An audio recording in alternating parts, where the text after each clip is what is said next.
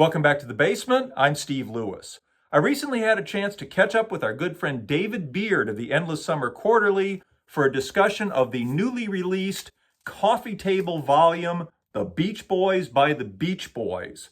Hope you'll enjoy it. Here we go. Hi, David. Thanks for joining me here in the basement, so to speak. I know you're in Florida, which looks fantastic.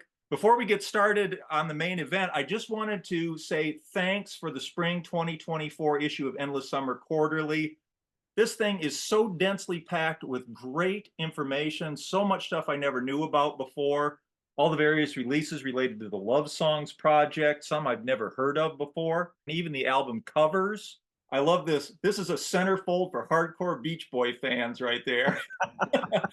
So, and I've mentioned it to you off camera. I don't think I've ever mentioned it on the show, though, how important it is in these days where all the members and all the various Beach Boy related people are all off in their disparate areas to have all the information, all the news gathered in one place, all the updates in this issue, among lots of other things. You mentioned the Cows in the Pasture album that Brian did with Fred Bale, potentially coming out in 2025. I'd heard about that, but to actually get the news about it here and just, anyway, this thing is a real treat every quarter, and it just keeps getting better and better. So thanks. Thank you for that. Yeah. Thanks. And speaking of real treats, the book, The Beach Boys by the Beach Boys, came out on April 2nd. And as we're talking, it's Thursday, April 4th. So I've had the book for less than 48 hours. I spent a lot of time on it, but I know with your many connections, you've had it for quite some time. So you're better versed on it than I am. I say that just mainly so if I say something is in there that isn't, or that something that isn't in there that is, you can correct me. So, Okay. So what's your take? I get the feeling you're like I am, you're pleased. I am pleased. One of the things leading up to me even getting my advanced copy was what the comments that I was seeing online and in just various groups or whatever. Why isn't David Marks on the cover? Where are Ricky and Blondie? Why aren't they on the cover? And once I got the book and I looked at it and I went through it, and I saw that there were comments from David, there were comments from Blondie, comment I think from Ricky. Yeah. Because of those comments, when I was looking at the book, I was really being very attentive to these periods and whether or not they were given their credit and their proper due. And they are. And David's portion of his tenure in the group is 50 pages. Nothing is glossed over. One of the things I liked is that Bruce Johnson, who was not in the group in the early days, was commenting and giving his perspective on the importance of David's guitar playing and the overall Beach Boy sound in the early days. And I thought that was of significance as well. So I thought David was given a lot of credit and a lot of love and praise in this, even though he's not on the cover. So it starts before 61, but it stops at 80 before Dennis drowns. So we don't have this horrible ending of the book. It's about who they are culturally. And so the cover represents their biggest hit within the timeline that this book covers, which was Good Vibrations. So that's what you have on the cover. David Marks was not in the group in 66, and Ricky and Blondie were not in the group in 66, and didn't have anything to do with Good Vibrations. So therefore, they're not on the. That's the simplistic explanation as to why they're not on the cover. But they're not mistreated, and their legacy is not mistreated inside the book. It's the opposite. I felt as though they were given a great deal of affection and love and the respect, and they're going to be on the Disney Plus documentary that's coming out in May. So they're going to be in that to some degree. So they're not being glossed over. If anything glossed over anybody, it was the coloring book and the ABCs of California. Oh yeah, I fan too, because Bruce isn't even in that. So we can. Yeah. Well, if anybody's looking to those for Beach Boy history, you might be disappointed. But yeah, no, I felt the same way. And as much as I love David Marks and Blondie and Ricky, they weren't in it as long as these guys. These guys are the pillars of it. Even Bruce has paid his dues and belongs there. So yeah, I had no problem with that. And like you say, they're represented inside. And that was one of the things that impressed me about it was, it's time period wise, it's weighted just about properly. you want to give the most weight to the early mid 60s. That only makes sense. Nothing's left That's out, right. although, they certainly could have gone in more depth. This volume could have been twice the size. There's Oh yeah. things they could have talked about, but I thought it was very well weighted. The thing that surprised me was the amount of, and I like reading other artists, Lindsey Buckingham, Bruce Springsteen, etc.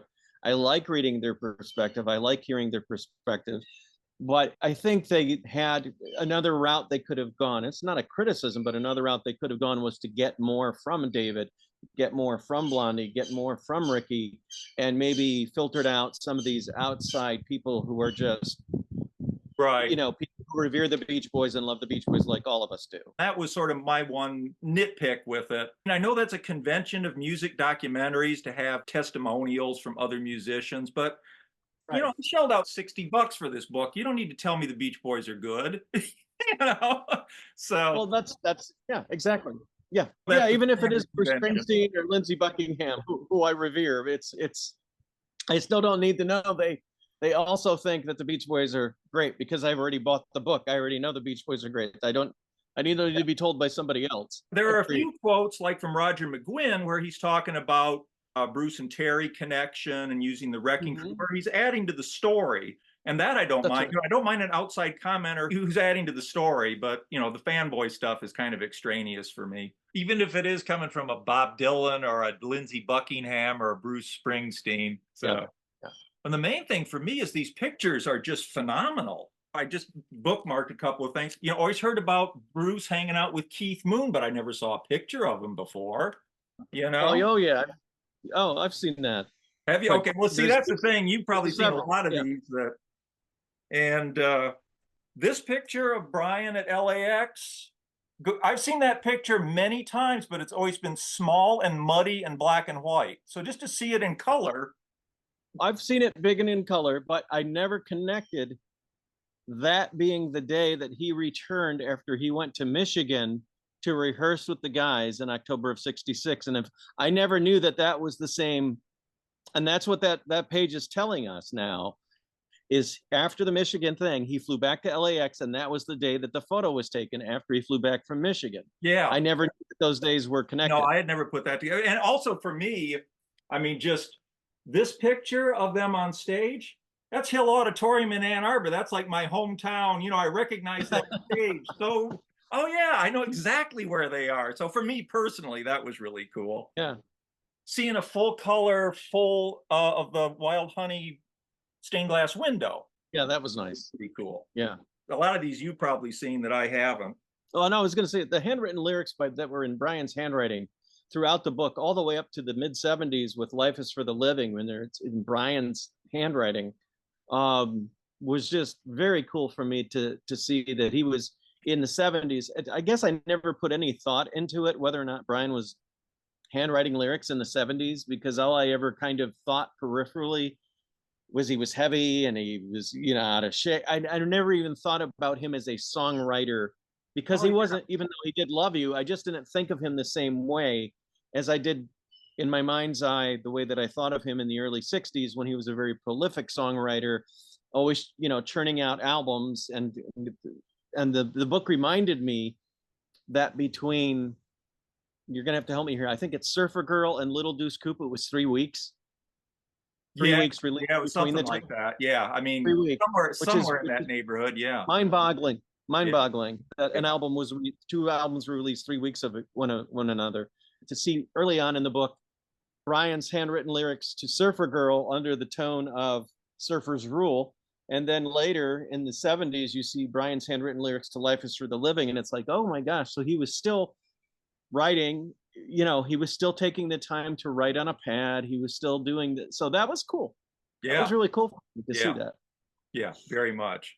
And I wanted to, this is, there's so many little things like this in here, but this one jumped out to me. This note on Sea of Tunes stationery, where Dennis has left a note for his dad: "I'm borrowing your 16 millimeter camera and projector. I'll return it in the shape I found it in 90 days. And then, I mean, not only does that sound like he rushed in, he had some idea to do a project, rushed in the house, grabbed the stuff, left a quick note.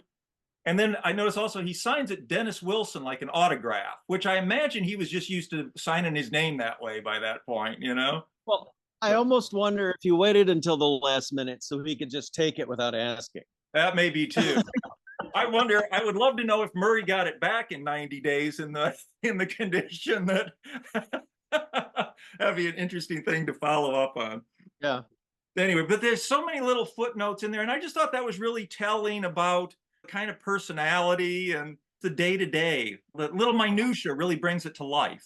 It does. And because I think they did such an incredible job, the team that put the book together, including Genesis, for all of them to work this way and pull these interviews, these archival interviews from by Dennis and Carl to get them involved, to infuse their commentary into this book, where their voices are as present as everyone else's, was this great significance to me. To have early in the book, to have Carl refer to the early Beach Boys sound as hippie music. I'd never thought of the Beach Boys music in that way. The early music, I mean, garage band, sure, but I never thought hippie. And so he called it hippie music, the early music, hippie music. And that just kind of started my mind thinking about who they were and what they represented in a whole different way. And it's just a one-line sentence. And you know, it's Carl, but it's Carl's perspective. Yeah. So I felt this is the first time that I've held a Beach Boys book, and this includes the 30 plus years that I've been doing ESQ. This is the first time that I've held a Beach Boys book and have felt the living presence of the guys, where they're all there and they're all talking. And I think that's the other reason why the book stops at 1980. Dennis wasn't around for commentary beyond that point, so you have to include Dennis to make him a kind of a living presence in the book, where it's not sadness, oh he's drowned or anything like that, where he's just a living part of the energy of what you're talking about. That's why I think they stopped at 1980. I mean, that's what it strikes me as. Dennis is on the cover. It's about all the members, all 6 guys who are on the cover have an introductory page at the beginning. All 6 guys who are on the cover have a closing page in the back. So that's what I really love about it. It feels very much like a band book. That was the first thing when I opened the book and started going, right? Yeah, other than the cool photos and the handwritten lyrics and all the neat things that I was seeing visually, the thing that really still resonates with me, and why this will be my favorite Beach Boys book ever, is because Dennis and Carl are a living energy and have a living voice in it with the others. And that's a big deal to me. That absolutely comes through. That's really well put, because you really do feel like you're part of a conversation with all of them, including with the band, with the whole band. Yeah, you're having a conversation with the whole band. It's not just one guy or the other. That's a great significance to me to have. And again, had they kept going, because I'm sure when the book idea came up, Mike would have preferred they at least go to 88. Yeah. Right? I mean, for obvious reasons. Yes, right. So, but it really makes now, yeah. I hope that maybe they're doing a volume 2 where it's because there's lots of things that happen. So sure, but for the reason that the fact that this book is 408 pages and it's 15 chapters and all the guys have a voice in it, I think that's including David Marks and Ricky and Blondie to a lesser degree, because the Ricky and Blondie era in this book is like 20 plus pages. Yeah, David's era is 50-ish pages, and David's in a lot of photos, and everybody talks about David. So yeah, I just really think this book is a great representation of, regardless of where you are in your ageism of when you discovered the Beach Boys, regardless of the generation, whether you're just discovering them now, this would be the book that you would want to understand who they were, how they came to be. And if you want to know more after where the book ends, then there's lots of things out there that you can go Google. You can look on their Wikipedia page, but this is a beautifully done book. Yeah, yeah. Well, and for a book that's supposed to, that is meant to be mainly a celebration of the band, Yes, ending in yes, 1980 completely makes sense because where, like you say, that where do you end if you don't end there? You don't want to end with right. Dennis passing away. If you ended in 88, you've got a lot of loose ends there that are unsatisfying. So 80 was the place to do it. But like you say, I'd love to see a volume 2 as well. So hope this Yes. does well. Yeah, It's a yeah. beautiful book. I mean, it's just great. Well, thanks for talking to me about it. I really appreciate your time and keep up the great work at Endless Summer Quarterly. I'll be looking forward to the summer issue. Can you give us a preview on summer? First of all, thank you for what you said about the spring edition. And then what I would like to point out to people there just briefly about that Love Songs era, for any hardcore Beach Boy fan who knows what Love Songs is I think, and they don't have this issue, I would encourage them to get it, because the overall, and this is me, belief about Love Songs was Disco Celebration is horrible, Rocky Pamplin's A Piece of the Rock is horrible. So everything that they must have done must have just been horrible. And what I came to find out was that's not the case. The Beach Boys Suite album, done by Michael Andreas, Gary Griffin, and Ron Outback, is really beautiful. If anybody's ever heard Bruce Johnson's Symphonic Sounds, Beach Boys Suite is better. That's all I'll say. It's better. And the other album, which I enjoyed, was Mary Ann Haynes's folk album, which is not available, but it's good. Her band for that album was the Seals and Crofts Band. Oh, So that, I mean, it's not a bad band. yeah. So it's produced by Rod Novak and Ed Talea of King Harvest. Eddie Talea was working for Seals and Crofts, and that's how that Right. connection Yeah, I happened. saw that. Yeah. I hadn't heard of Mary Ann Haynes and had just only vaguely heard of the Beach Boys Suite. So Mhm. And okay. and it's and they're not available, but they're worth seeking out. They're really good. They're good. They're enjoyable listens. So that's all I want to say. That not everything from Love Songs was horrible. That's all. Not everything. there's a Um, there's a good endorsement right there. But yeah. candid and accurate, I would say. So summer edition of VSQ, I'm still up in the air. One of the things that I want to do for Jeffrey Foskett to celebrate Jeffrey's life is I've gathered all the interviews I've ever done with him and put them in chronological order. And I've also gotten an unpublished interview content from a friend of his that we're trying to kind of see if we can work into what I have. And so that feels like that's going to be the summer edition, but I also still have Ron Altbeck content that hasn't found its home yet. So yeah. I'm trying to figure out how I'm gonna balance it all out. There's a lot of stuff I'm to review. so glad you got a chance to talk to Ron Altbach before he passed away. Oh, I have too. It was so unexpected that his widow to this day, Elka, she writes me often and she's still processing it. It's something she still is like. Sure. She can't quite figure out that he's not. It's just so sudden. It wasn't. Yeah. So yeah, I'm grateful that I'm able to create. I'm glad you're loving them.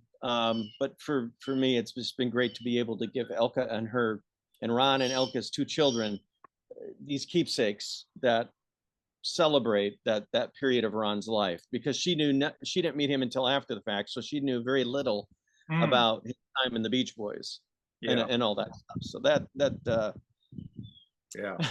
Well, it's so great to have it documented for fans and future generations, so to speak. So I'm so glad you did that, and keep them coming. Great talking to you, David. We'll sign off and catch up a little bit. All right. Okay. That's all we have time for this week. I want to thank David Beard once again for your time and your insights here on the channel. I really appreciate it. I look forward to comments and feedback on this book. I know many of you have it by now and have had a chance to read it and review it. Look forward to your take on it. Thanks, as always, for watching. Please hit like if you don't mind. Subscribe if you haven't. Have a great week. We'll see you next time. Thanks. Bye.